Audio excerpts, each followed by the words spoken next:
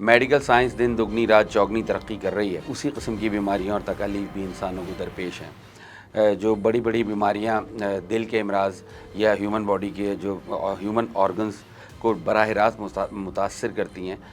ان کے علاوہ جو بڑی بڑی بیماریاں ہیں ان میں کینسر شامل ہے، اس میں HIV شامل ہے، ہیپاٹائٹس شامل ہے،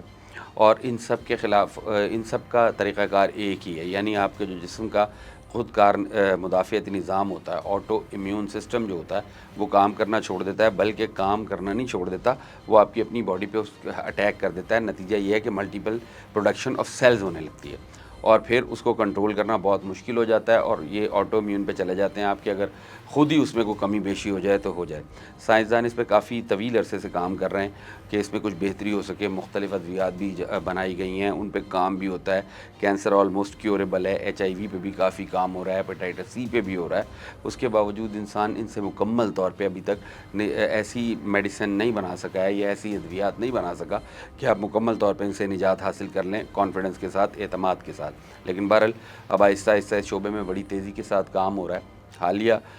جو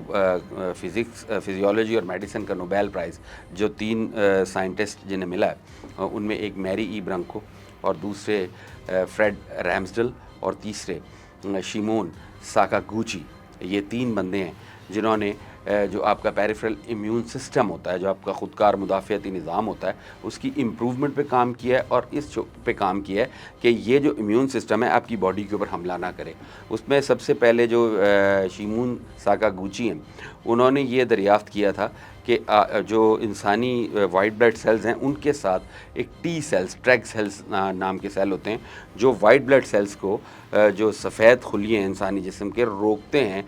آپ کی اپنی ہی باڈی کے اوپر حملہ کرنے سے۔ اس کو مزید آگے بڑھاوا دیا میری ابرنگ کو اور پھر ریمزڈل نے، اور انہوں نے یہ کہا کہ FOXP3 نام کے جینز ہیں جو ٹی سیلز پروڈیوس کرتے ہیں۔ تو بہرحال یہ جو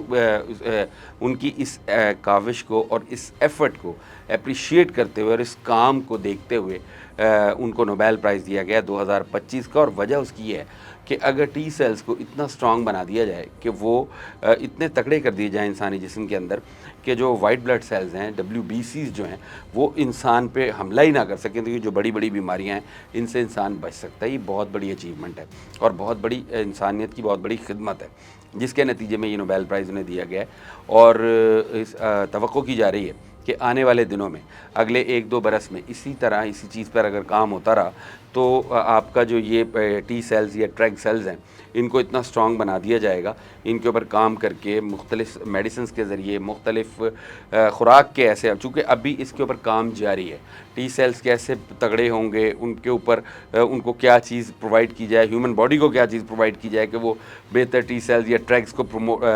جو ہے وہ پیدا کرے اور WBC کو پریونٹ کرے، روکے انسانی جو وجود ہے اس کے اپنے ہی جسم پر حملہ کرنے سے۔ یہ بہت بڑی اچیومنٹ ہے، اور اگر اس کو پراپر طریقے سے اس پہ ریسرچ ہوئی اور یہ مزید آگے نکلی تو انسان اگرچہ پہلے بھی ان بیماریوں کے خلاف مزاحمت تو کر ہی رہا ہے، لیکن اس بات کا امکان ہے کہ ان سے مکمل طور پہ نجات حاصل کی جا سکے، اور یہ کوئی بعید نہیں ہے، اس میں کوئی مبالغہ رائی والی بات نہیں ہے۔ پچھلے 200 برس میں انسان بہت ساری ایسی چیزیں جو ہے ان سے نبرد آزما ہو چکا ہے، جن کے بارے میں یہ کہا جاتا تھا کہ یہ ختم نہیں ہوں گی، لیکن وہ ختم ہوئی۔ مثال کے طور پہ پلیگ، طاعون جو ہے، اس کو بہرحال ختم کیا گیا۔ اسی طریقے سے TB کسی زمانے میں انکیوریبل سمجھی جاتی تھی، بہرحال ختم کیا گیا۔ تو لہٰذا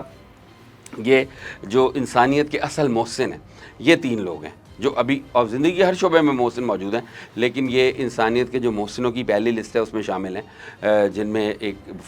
جاپانی سائنٹسٹ ہیں بنیادی طور پہ جو